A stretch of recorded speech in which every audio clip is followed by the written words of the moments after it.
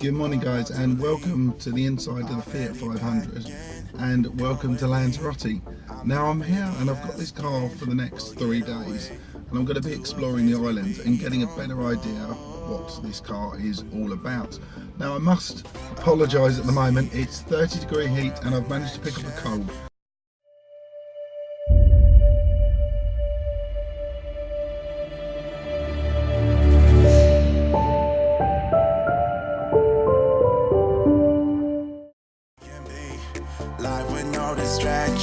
We'll get away.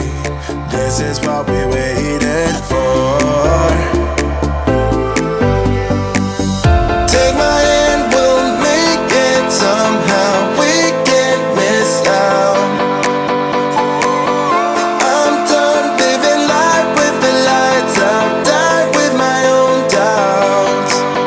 Be free with me.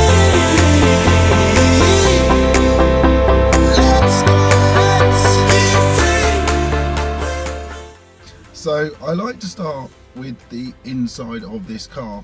This is the view you're going to be getting most of the time. So it's important that you like it. Outside, yes, that's important, but most of the time, my view if I'm owning this is going to be here.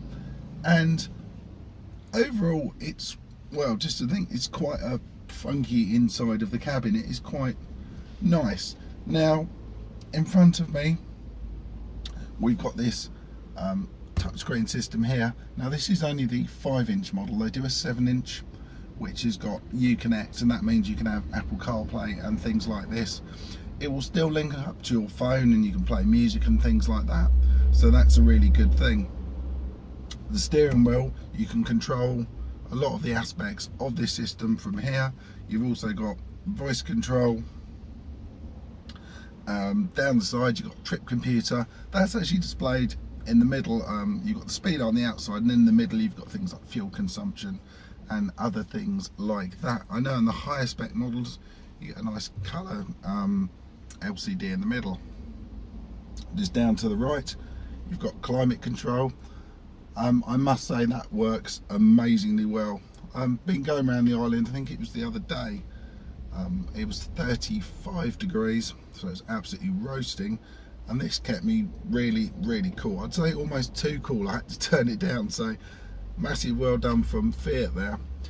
Just above those controls you've got a city mode, so that lightens up steering, hazards, front and rear fog lights. Going down again you've got ASR, which is like traction control, so I'm going to leave that on because, well, not my car, I don't really need to turn it off, so we'll leave that one as it is. Just under here you've got the windscreen, not windscreen, windows on the side, driver, passenger, and then you've got a 5-speed manual. If we look at the engine here, it's not even a litre, it's a 0.9 TwinAir, so that's a turbocharged engine. Produces, I think it's 85 brake horsepower in this one. They do a slightly higher model at 110 brake. Previously, I think it's still available, but it's not the one recommended in terms of performance and overall. It is the cheapest model, so if you want to get into a Fiat 500, that's the one to go for at 1.2, but it's only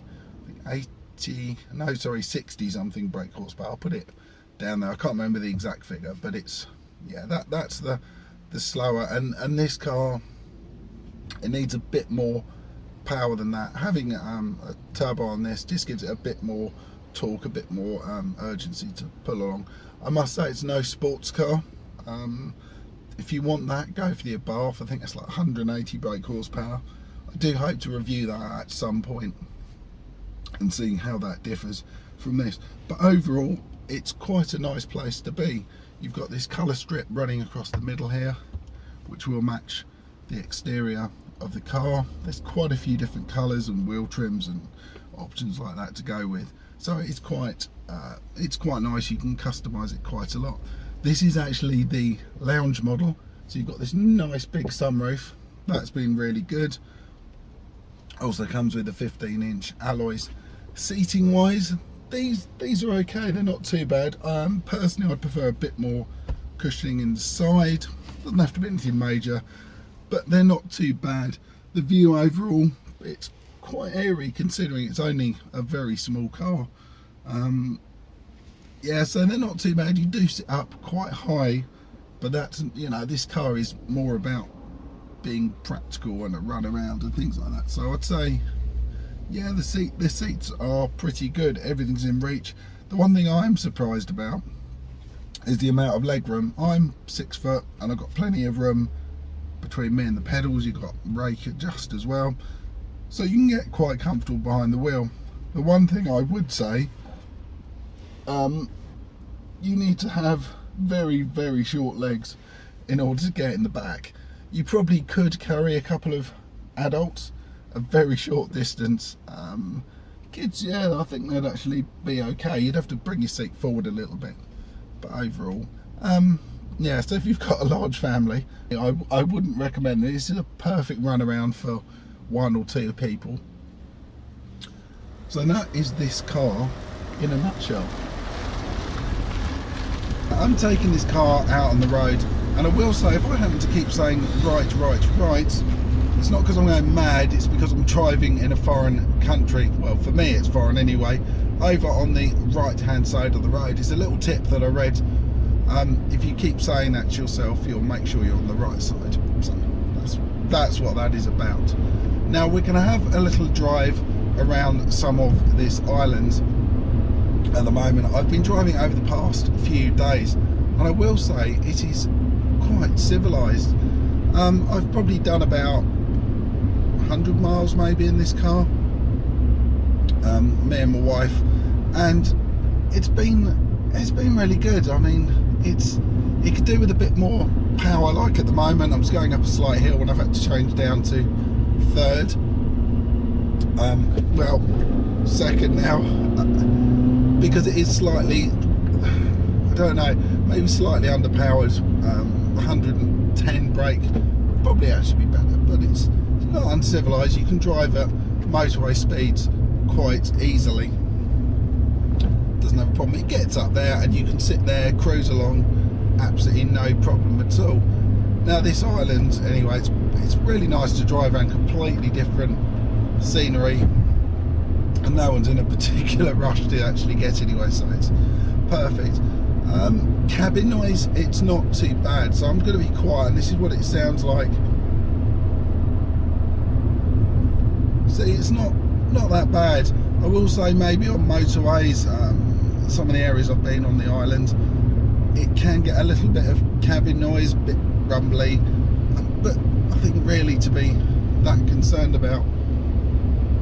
So in that way, that's great. And the fuel consumption is supposed to be, I think, over 60 miles to the gallon is something that Fiat have quoted, which is incredible if it is. But I suppose it's a small car, it's a very light car. So I suppose maybe I'd expect a very good fuel economy out of the thing. I have no idea what a Bath, on the other hand, I really don't think that will be getting 60 something to the gallon, but today this video is all about this car. The driving position of this car it's pretty good, to be honest, for a small hatchback or super mini. Yeah, I quite like it. You've got a good view out the front, good visibility. It makes it even better with this being the lounge model, with this nice large sunroof. Really makes this cabin feel quite airy. I've got great visibility out the sides. You have got slightly larger A-pill as well, small window, so maybe your blind spot is a bit larger than usual, but it's really nothing that major. Everything I want. I really like having all the controls on the steering wheel. It makes life a lot easier. In front of me on the dash, you've got an upshift light for the gears. You've got fuel on the left hand side, and you can customize that. You can change it slightly, so that gives you the flexibility of what you actually want to see in front of you. Infotainment system on the right. It's not actually the full Uconnect, so it hasn't got all of the functionality of the other one. I can connect my iPhone to it, or any other device, I think. So you can connect that there and play your music. I've had Spotify on and it seems to work really well. The full Uconnect, which I think you have to get the next model up, it's probably actually an optional extra. Comes with a larger screen and a few extra bits of functionality. In summary, this car is, well, it's perfect for what it was designed to do. It's a small hatch, super mini, and can carry 2 people around relatively comfortably.